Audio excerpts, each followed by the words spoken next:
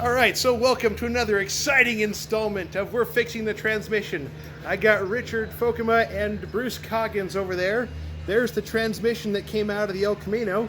The teardown is underway. We're starting to pull stuff apart. So hopefully we're gonna find out what broke. So we'll flip this around, we'll do a little bit of time lapse, we'll do some fun stuff. We'll show you what broke, show you parts as they come out. Let's have some fun.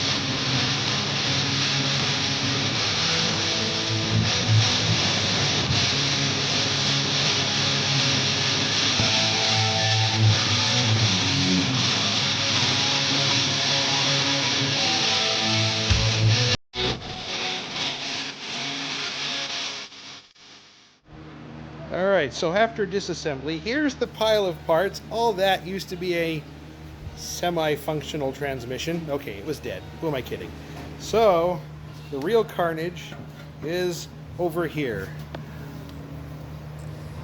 There's one ring, that ring's missing, and it peeled away from the stator. You can kind of see it's you can kind of see how it's angled a little bit. We do a profile shot, you can see how nasty it is.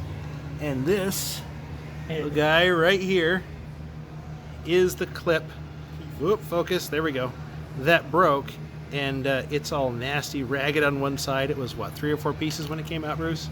At least. Oh, it was bad. So we got everything apart. We got some parts that definitely need to be fixed and replaced. Now